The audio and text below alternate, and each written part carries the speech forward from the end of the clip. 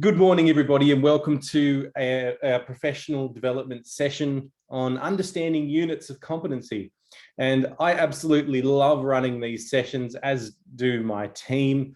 We get so much out of it. It's just for the love of sharing it with our colleagues in VET. And it's really, we feel this a really great community building up around these sessions. A lot of the same people keep coming back. Every time we run them, there's more and more people who are joining them and inquiring about the next ones. So really, really appreciate your encouragement and support of what we're doing. It's merely just for the fun of it. I know whenever I do these things and we sort of put together all the bits and pieces, even though they're often fairly kind of back to basics sessions, they're really helpful for me as well. You know, they keep my pencil sharp and take me back to the fundamentals, and is really, really helpful. So anyway, I'm so grateful that you join us today and share your very, very precious time with me. And I think I had a look at some of the people who've joined us today, and I think there's some pretty advanced vet practitioners in the group today. So I think for many of you, this might be just a bit of a back to basics thing as well, but that's always great to come back and just review some things that you already know, or maybe just see them in a slightly different light. And certainly, I really love people's contribution in this. Although we're kind of more in the webinar format, they're less interactive. I would love for you to, if you have any thoughts and ideas and suggestions and things anything that comes to mind along the way, pop it into the chat and I'll share it with the group. It's really wonderful to get people sharing and connecting, because you all really know your stuff. You're all quite experienced vet practitioners. And also a warm welcome to anybody who's new to vet. Maybe you've been sent the link to this session just to get your head around some basics as well. And I hope this is useful to you. So the topic of today is understanding units of competency. And by way of a bit of an overview for you, we're going to just cover some basic things like what is competence, what does it mean when someone's competent, and units of competency. So these are the things, the standards that we use in Australia's vocational education and training sector to describe competence in a workplace setting. I'm going to offer you a strategy for unpacking units of competency. It's not the strategy. There's plenty of other ways to do it, but it's a methodology that I've found particularly useful. As some of you might be aware, Excelia is a leading provider of the certificate for in training and assessment and other TAE products, and we've been doing that for well over 10 years now. And so one thing that we spend a lot of time doing is helping people understand how to unpack units of competency. So we've pulled this little framework out of a couple of our TAE programs that might be helpful, and just some final thoughts and tips and suggestions for you. So very briefly on this one, there's a few ways of describing what competence means, but a really commonly accepted model is this knowledge, skill, and attitude model. It's the combination. It's not just, you know, you can read a big textbook about swimming and have all the knowledge in the world about aquadynamics, how water works, how the muscles work, and how, you know, different strokes and things like that. And you can know all the things you could possibly know about swimming without ever having jumped into a swimming pool and had a swim. And so knowledge alone is not enough to be competent. We need to have the skills to do it, but also the attitude. Attitude is an important aspect. It's a little bit meta in this, in the context of competency, because in a workplace setting, attitude includes everything from making sure you wear the PPE, punctuality, the attitude that you are inclined to follow procedures and fit in with the workplace culture and all those sorts of things. And then you get this wonderful connection of all of these three things: knowledge, skill, and attitude. And that is a very basic way of defining what it means for someone to be competent. And so just by way of example, imagine someone driving a forklift. So just quickly pop it into the chat. What are some things someone would need to know to be able to operate a forklift effectively in a workplace? So knowledge. Safety procedures. Thanks, Maggette. So they'd need to know safety procedures. Okay, depth perceptions, hand-eye coordination. Yes, possibly. You'll find these things, they do merge into the skills area as well. How to start the forklift, maintenance, yep, pre-operational checks, those sorts of things. Good. What about skills? Okay, so we've had their hand-eye coordination might be a skill. Spatial awareness, thanks, Annette. The operating functions, yep.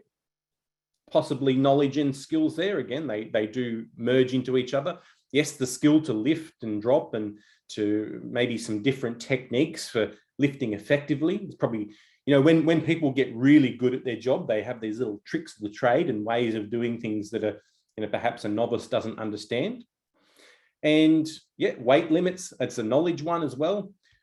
Steering and stopping, excellent, good, you're absolutely all over it. What about attitude? So someone who is a competent forklift operator, what sort of attitudes would they need to have? We've had from Annette here, consideration and care of others, beautiful, love it. Awareness, yep.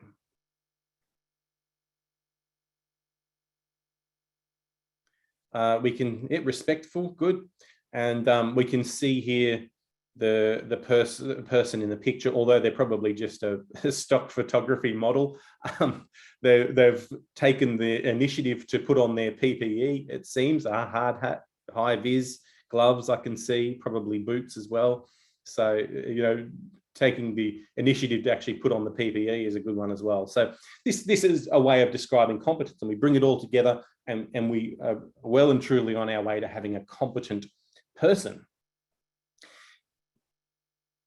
And just so we nod to our lovely regulator, ASQA, this is their definition of what competence is. It's pretty on track to what we just talked about. So ASQA says that that competence is the consistent application of knowledge and skill to the standard of performance required in the workplace. It embodies the ability to transfer and apply skills and knowledge to new situations and environments. There's just 2 sentences there, but there's a lot in that. Let's unpack that really briefly of what ASQA say. So a few keywords there that I think you can probably see have popped out. Number one is, I'll just get my little annotation here. So number one is consistent. So what does that tell us? That, well, it's not just, you're not just a one-hit wonder. You don't drive the forklift once and get your ticket. It's consistent application. So we have to actually perform consistently.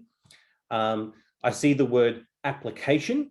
So it's not enough just to have the knowledge, but it's about applying that knowledge to the job. It's about skill, application of skill. And they're talking, what are they applying it to? Well, to the standard of performance required in the workplace. So there's a few things there. Standard of performance. So most workplaces will have a description of what this, you know, what their standard is of performance. And it's also telling us that, hey, this is competency-based training. This is vocational education. So it's training for the workplace. And so we're really talking, it's really about the knowledge and skills being purely for vocational reasons, for being able to use those skills in a real workplace setting. That's the whole point of vocational education and training. In the second sentence there, they're talking about the ability. So I guess that's another, an aspect of skill, to transfer and apply the skills and knowledge to new situations and environments. So I think that's a really important aspect of being competent as well, is being able to not just perform under really nice conditions. You know, sometimes when we're in a training environment, we set up the conditions to be really nice and perfect to replicate a nice sunny day. You know, it's just when everything's going well, there's no problems. And of course, in those settings, it's very easy for students to learn and to get hold of the basic skills. But eventually, students are going to need to learn how to apply their knowledge and skills when things go wrong, when things are a bit challenging, when there's time pressures and stresses of the workplace, because we all know that's what it's like out there in the real world. So that's an important aspect, I think, as well. So I quite like ASQA's definition of what competence is.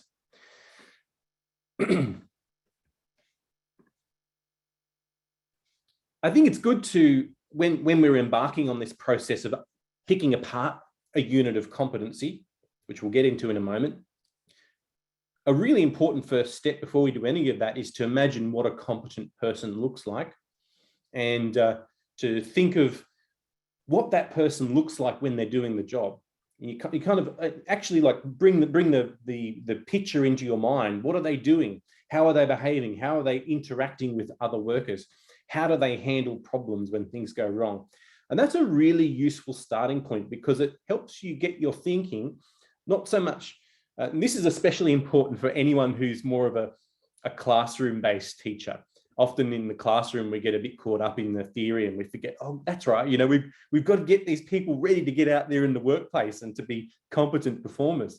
So picturing your graduates doing the job in the real workplace is super important. So in Australia, of course, we describe competence in a very special way.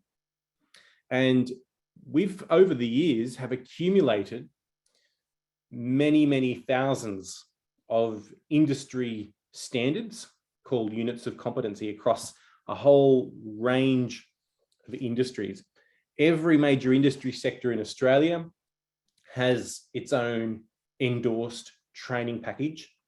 And when you open up that training package, you find qualifications and skill sets. But of course, the main building blocks of Australia's vocational education system are units of competency. So for anyone who considers themselves a vet practitioner, trainer and assessor, compliance person, and anyone who's basically involved in the training and assessment of students, they really need to understand this stuff quite deeply, because these are the building blocks of our whole system. And I'll talk a little bit, just towards the end, I'll mention this again, but it's worth considering where these units of competency come from, how they emerge out of the chaos to be agreed to. So, you know, units of competency, when we go through them and start looking at them as industry professionals, as trainers and assessors, we often look at them and go, that's not quite how we would do it out there in the real world, how we would apply it in industry. And I kind of feel for the people who are writing these units of competency, the committees that are formed that all need to agree, especially from, imagine industries like retail, for example, which can take many different forms, from massive department stores to online retailing to, you know, to boutique shops. These people who put together the training package for retail, they have to somehow come up with some kind of standard that is adaptable and flexible enough so that it can be applied in all these different settings. I guess it's kind of like being a politician, in that you can't really please everybody, and they need to go with kind of what the majority agrees to. So there's some wonderful benefits to having this system where we have an endorsed training package that all of the major industry players get together and agree, yes, this is the standard for serving a customer. This is the standard for using an EFTPOS machine. This is the standard for stacking shelves or operating a forklift. And they've all somehow agreed on a general standard that is still flexible enough to be applied. When you think about the complexity, it's a pretty marvelous system that we have. Certainly it has some drawbacks and has some challenges, but good practitioners, I think, can usually work within that. And hey, at the end of the day, if you're really, really dissatisfied with what's written into the units of competency, you can, we'll talk about being a stakeholder in a moment, but you can also come up with an accredited course and write your own competencies that perhaps address areas that aren't already covered. The thing about these units of competence is they're contextual and flexible. I like to think about a really good example is this one from the Information and Communications Technology Training Package, ICT. And they've got a unit in there which is operate application software packages. And thank goodness that they didn't bake into that unit the requirement to only do it on an Apple Mac, or only do it on an iPad, or only do it on an IBM laptop. So they've made the unit flexible enough that it can be adapted to different settings. Now in the pictures here, you can see 4 different people. They're all using they're probably models just pretending, but let's just use our imaginations here. So they're all using software packages. And that, I'm using one right now. I'm using, a PowerPoint, well, not really PowerPoint, Google Slides. I'm using Zoom. So this is a very generic unit that's used by everybody, from trainers and assessors, professional development facilitators. We've got here someone who's perhaps the person on the left is maybe an entrepreneur or business person. So they're probably using a spreadsheet or something. We've got the one in the middle is maybe a data scientist or a medical professional also using software applications. Maybe some people in an industrial setting using software. So it's a unit that's applied in the same unit can be applied in so many different contexts. And that's a really important feature as well. And again, with all of these great benefits of having these flexible units, we of course introduce some challenges. And that means if you're involved in the development of courses, the development of assessments, need to interpret what's in the units and give them some context. We call that contextualization. When we take the generic unit and give it some flavor. And in doing that, we need to think about, well, who are our students? What sort of jobs are they getting? What sort of workplaces are they working in? Are they entrepreneurs, or are they working in a factory? And how are they going to be applying these units? And in doing that, in bringing the scope of our delivery, of our training, we're doing that active contextualization. Just a quick quiz, just to double check we're all on the same page here. Where do you find units of competency?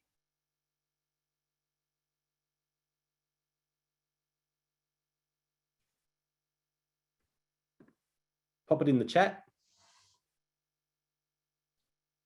Where do we get units of competency from? Yes, thanks. Good. Okay, that's what I'll just checking, just double checking. So for anyone who is new to VET, if you're not aware of it, there's a website called training.gov.au. And as many people have put in the chat here, it's called TGA.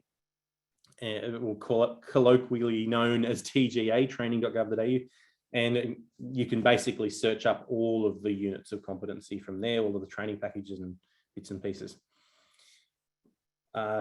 Here's some examples. I love looking at the diversity. If you've ever had a bit of time, when you do what I do and you're in TAE, you get to see all the different training packages in action, which is interesting. And you see the diversity of units. And there's some really, really specific ones. But some of the fun ones are things like perform a team free fall parachute descent. That comes from the defense training package. Control helicopter in hovering flight. You've got customer service ones from retail, like assist with customer difficulties. So there's a diverse range of units out there. And if you're curious about any of them, of course, you can pop the code into training.gov.au. So as promised, I've got a bit of a framework, a suggested framework. So like all suggestions, you don't have to take it. They're just a suggestion. And there's probably other interesting ways and useful ways that you can unpack and pull apart units of competency.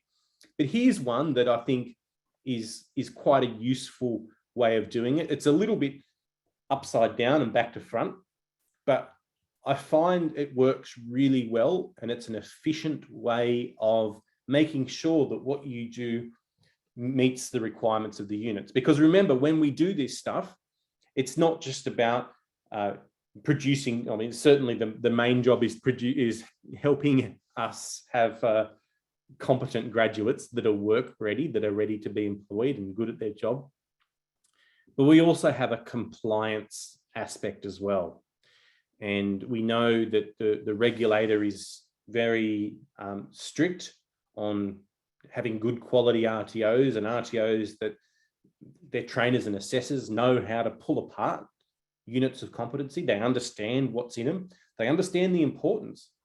And you think about this, if you sign off on someone with a qualification or a ticket, forklift ticket, if it's just one unit or a skill set, that's a big deal, isn't it? I mean, really, your signature as someone who holds a Cert 4 in training and assessment, you sign off on someone's qualification and you say that they're competent, that they've met that requirement, that industry standard. That's a big deal. That's a huge responsibility. You don't want to get that decision wrong. You don't want to say that someone's competent when they're not. It's not just about ASQA coming and getting upset with you and all those sorts of things, but it's about, this is the standard we all agreed to. This is the standard that all the industry committees and everything agreed to and said, hey, serving customers or flying the helicopter or jumping from the aeroplane with a parachute. This is how we all decided that it would happen. This is the standard, so we must adhere to it. So this framework I'm going to suggest is really good in making sure that, yes, while our job is to produce skilled, competent, and confident people, this will also help to ensure that people are trained according to the standard and that you're operating in a way that's compliant. I like to start with the title. So as you probably are aware, I just usually point this out to anyone who's perhaps new, is in all but few exceptions, units of competency give us a lot of information in the title. And you probably note that they all start with a verb, a doing word. So operate, design, serve, assist, control, inject, perform. That's a big thing to note. And in reading the title, that's really just a really broad way of describing precisely what that competent person will be able to do. Now, of course, in the unit, it goes on to give more detail in that. But just looking at that title can give us a huge amount of information, and considering what that means and picturing what a person who assists with customer difficulties or serves food and beverage, what that person will be doing.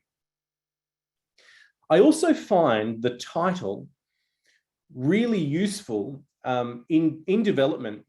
If anyone here has ever been involved in designing assessment tools or putting together lesson plans and planning out training for units of competency, it's very easy to get bogged down in all the detail, isn't it?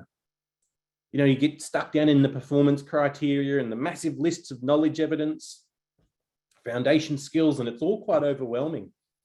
And before we know it, we're starting to overdo this thing and we're adding way too much stuff, or perhaps, we're going off on tangents and things that perhaps aren't quite relevant.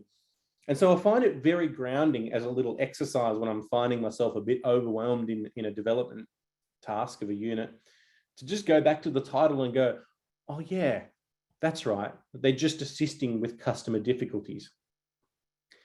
And you need to think about the Australian qualifications framework level in doing that as well. It's probably outside the scope of this session, but if this unit's part of a diploma, that can really help align what you're doing to the right level. Or if they're doing it as part of a Cert 1 or Cert 2, it's very entry-level stuff. They're going to be doing it under supervision. They're going to have really clear procedures on how to do things. And so that just helps ground us.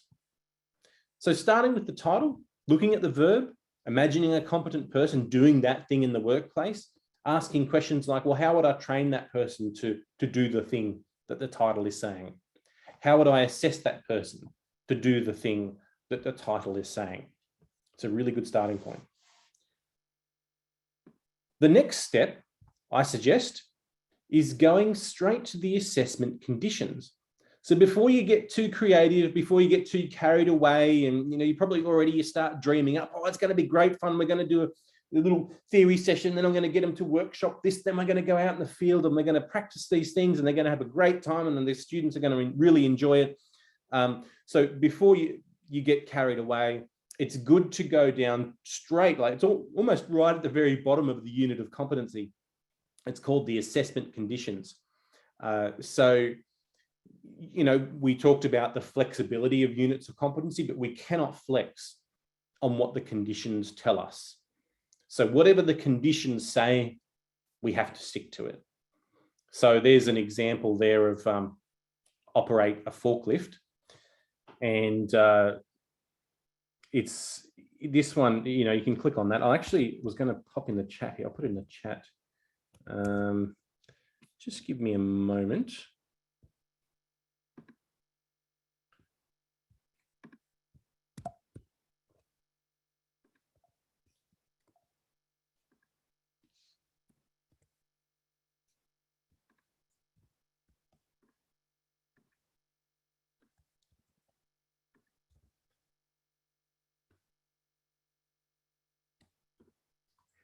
There we go. I've just put in the chat. I thought it might be useful to have a quick reference if you just wanted to dive into some simple examples of units of competency.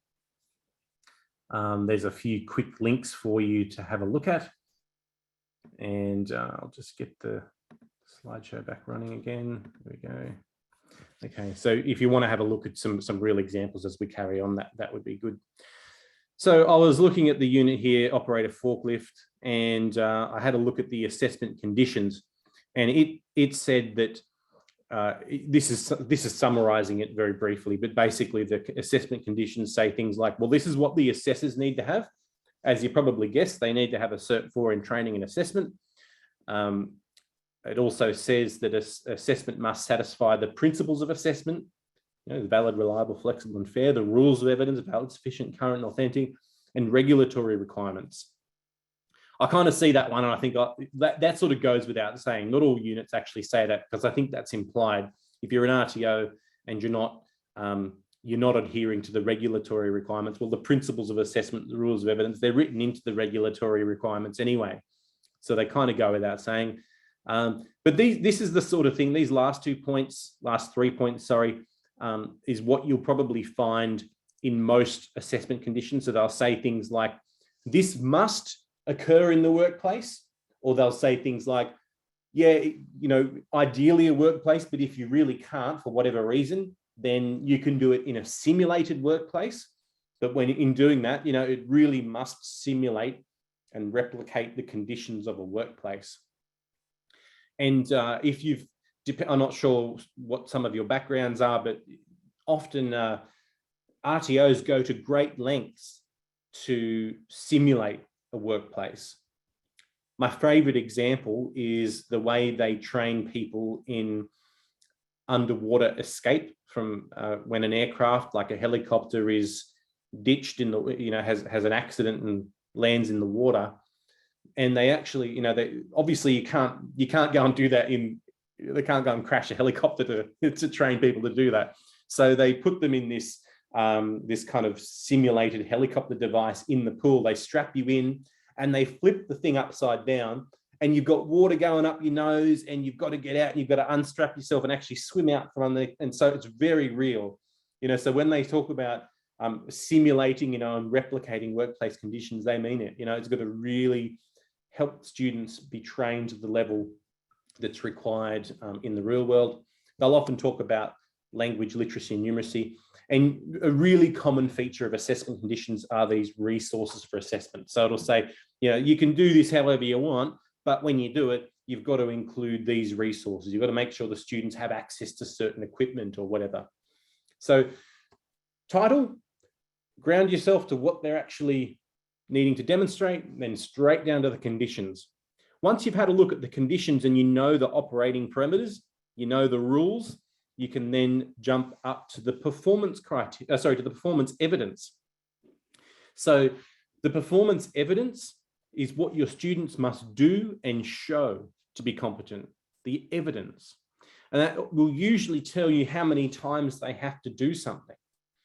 And I think this is really important when you're going on a mission of planning a new course, designing a lesson, or designing your assessments, because you then go, well, my students have to do all this stuff and they have to do it 3 times and they have to do it under these conditions. So it's really important to check the performance evidence. For example, in the unit, prepare and serve espresso coffee. And I'm just paraphrasing here just for the sake of simplicity. In the performance evidence of that unit, it says that the students must prepare the following coffee beverages on 3 occasions within commercial timeframes. They need to do a latte, a cappuccino, an espresso, a short black, a flat white. There are more coffee types, but you get the idea. So where have we been? Check the title, picture competence. Check the conditions to see the rules and parameters, and then go straight to the performance evidence. So we're jumping from the top to the very bottom, and then kind of, in the middle somewhere.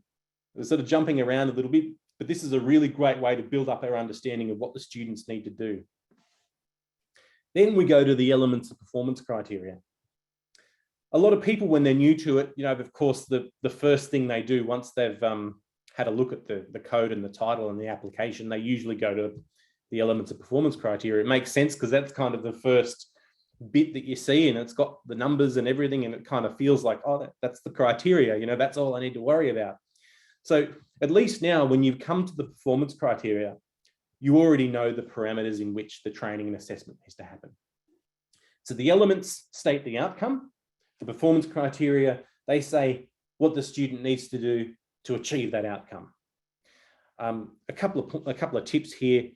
It's not a common, I guess, misconception is I have to teach the students and assess the students in the order that the performance criteria are presented. That's not true. The performance criteria are presented more in a procedure of how that task might be performed in the workplace.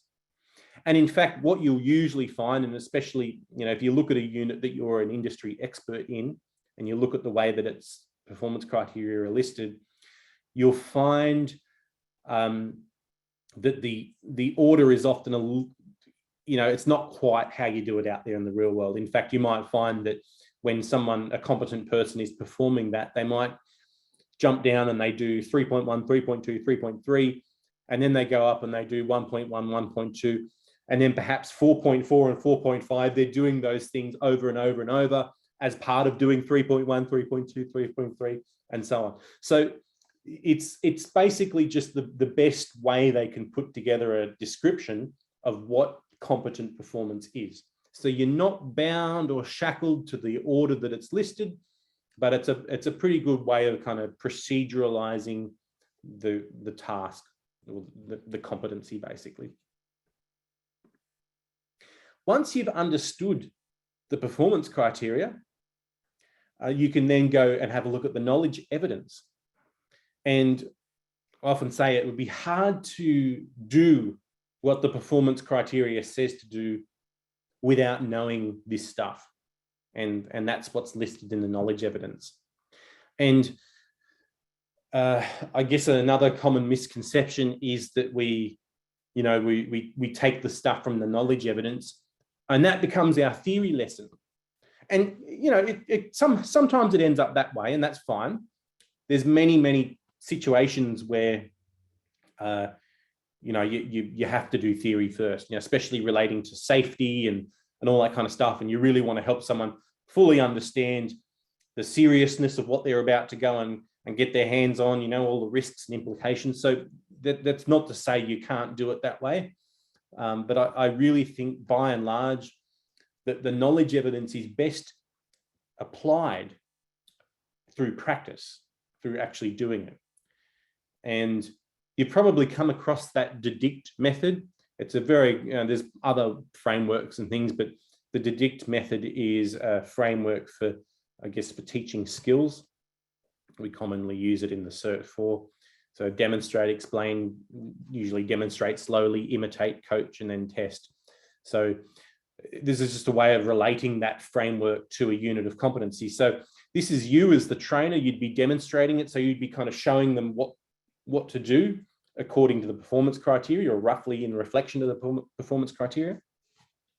Then you'd step back and you'd explain. So that might be your kind of theory session and go, okay, this is what we've just done. Here's the knowledge evidence. Here's the things that you need to know before you try it. Then you demonstrate again. This time you demonstrate slowly again, doing the performance criteria. Imitate. So now the students do it. The students are imitating you while you're doing it as the trainer. Then perhaps you stop demonstrating and you move more into the coaching role. So they can keep doing it. The students are doing it. They're real novices. You know, they're a bit shaky. They're not a bit nervous. They're not quite sure what to do. But now they're starting to do the skill and apply that knowledge to the skill. And then the final stage is, of course, the assessment, the test. So that's basically all of the unit, and especially the performance evidence. So this is where they make the flat white, and they make the long black, and they make the espresso, and they do it 3 times or whatever it is. And of course, it would be unfair to not mention the foundation skills. I've found in my adventures across many different training packages that the foundation skills are not very consistently implemented.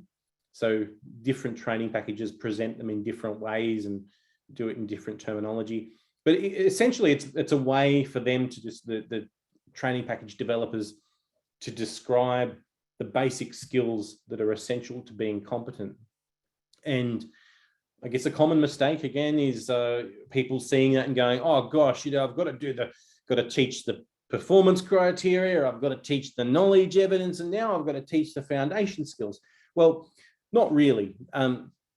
It's almost as if you were to teach and assess a unit properly, you would probably cover the foundation skills even if they weren't there at all, you know, if it's done properly. So they're the basic skills in being competent. So for example, there's a unit here on, I think it's about baking artisan bread. And one of the performance criteria I pulled out there was 4.1, measure artisan bread dough ingredient quantities to meet recipe specifications. So what can you see there? What are the, I've kind of colored and highlighted 2 parts of it. So measure and quantities, and recipe specification. So what foundation skills do you think might be being addressed there?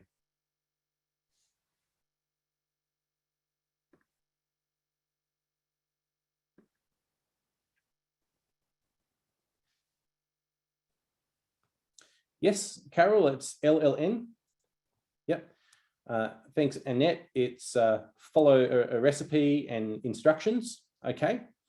So typically that foundation skill of following a recipe and instructions would be expressed as just purely as reading. Yep. And Tanya's mentioned reading and numeracy. So the measure and the quantities, that's numeracy, and the recipe specifications, that's reading. Yep. Thanks, Vinu. So that's it. And so you don't really need to go off and do a numeracy lesson. Okay, students, it's time for your maths lesson, and now we're going to talk about numeracy. Now it's time for your English lesson where we learn to read recipes. Usually that happens as part of the natural skills and knowledge development as part of your course. Certainly, there are exceptions. I know that in a lot of the sort of higher level engineering units of competency, some of the more scientific ones, where they're really heavy on numeracy, heavy on statistics and things like that.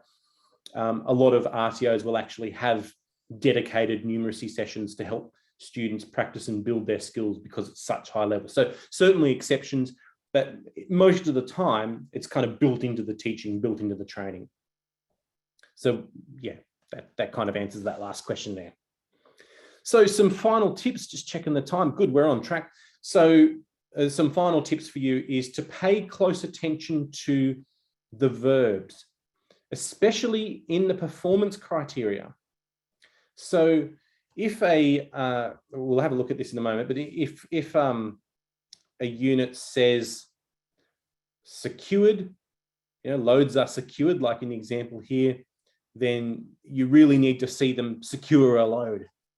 If the unit says record an observation, you really need to see a student record an observation. And there's kind of that was I remember I did a session, I don't know if you saw it, I was on that ASQA spotlight on session last year, and we had Gabrielle Deschamps. I think she's part of one of the big industry reference committees, and she's a vet consultant. She really knows her stuff. And I asked Gabrielle, what's the biggest mistake that RTOs are making when it comes to units of competency? And she said that it's missing the verbs. So someone might look at that first one there, loads are secured in accordance with workplace safety requirements, and they might run a lesson where they show pictures of securing loads on a four-wheel drive or whatever it is, but they don't really give the students the practice on how to do that. So students they understand it, they get the knowledge, but they don't actually have the opportunity to practice it, and they're never really assessed on their ability. So I think that's a really important thing to highlight. You really need to pay attention to those verbs. If you're developing a new course, consider planning the assessments first and then work backwards from the assessments. And the final tip is picture the competency being applied in the workplace and teach and assess to that, rather than just reading the unit and going off that. I think it's good when you're looking at units of competency to pull them apart and to look at how the knowledge and the skills are applied in each of the performance criteria. So in this example, you can see I've just tagged these areas. So loads are secured. Well, that's a do, that's a skill. They've got to do that. In accordance with workplace safety requirements, that's a knowledge thing. They've got to know that. They've got to know the workplace safety requirements. Doing is recording observations. Knowing is knowing what to observe and the characteristics. According to workplace procedures, well, they've got to know the procedures. So getting clear on that's super important. So this is a summary of the framework that I've suggested. Again, it's not the be all and end all. I would also encourage you to include in there a consideration of the application of the unit. That's an important description as well. But basically what we've covered today is the idea of considering the title, check the assessment conditions, review the performance evidence, review the elements of performance criteria, incorporate the knowledge evidence, and then consider the foundation skills. And certainly you can follow that pathway, but usually what happens in development is you end up jumping around all over the place, and that's fine. If you get a bit lost, go back to the title and picture competence in the workplace again. And a really good starting point, if you've ever been asked to go and develop an assessment or develop a lesson plan for a new unit of competency or develop the whole course, I think you should start off with something that looks a bit like this. Get the unit.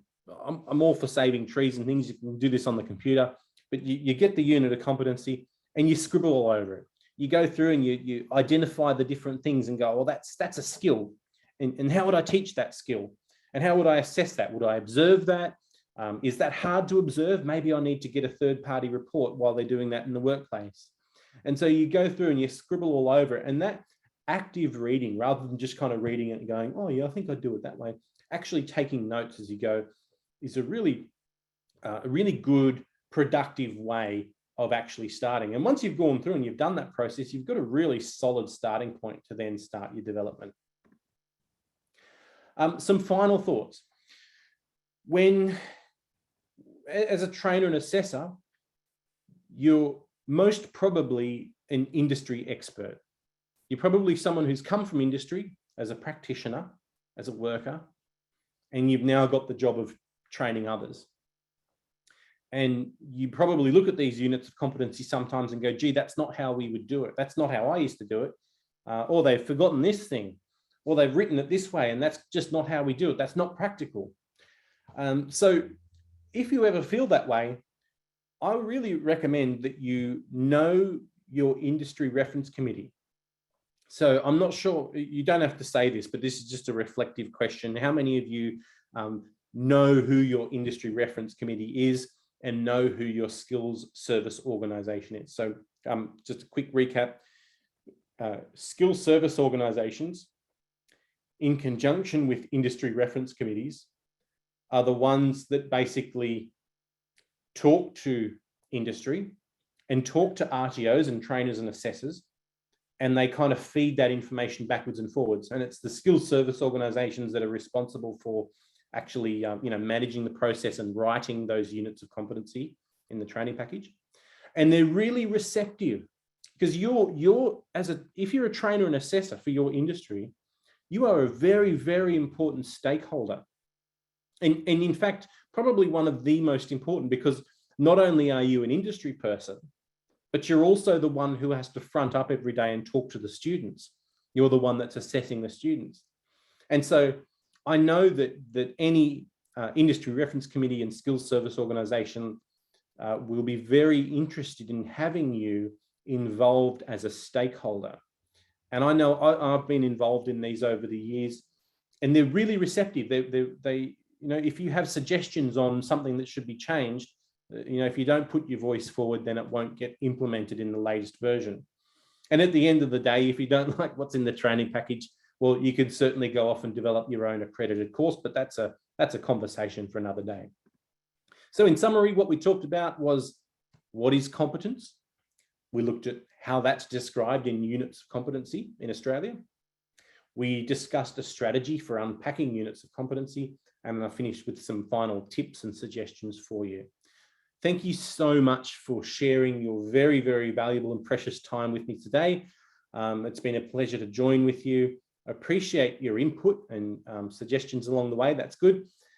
We will put together of course, we want to thank you for your time on paper as well. So for those who participated in this, who actually attended the session, you will get a certificate, PDF certificate.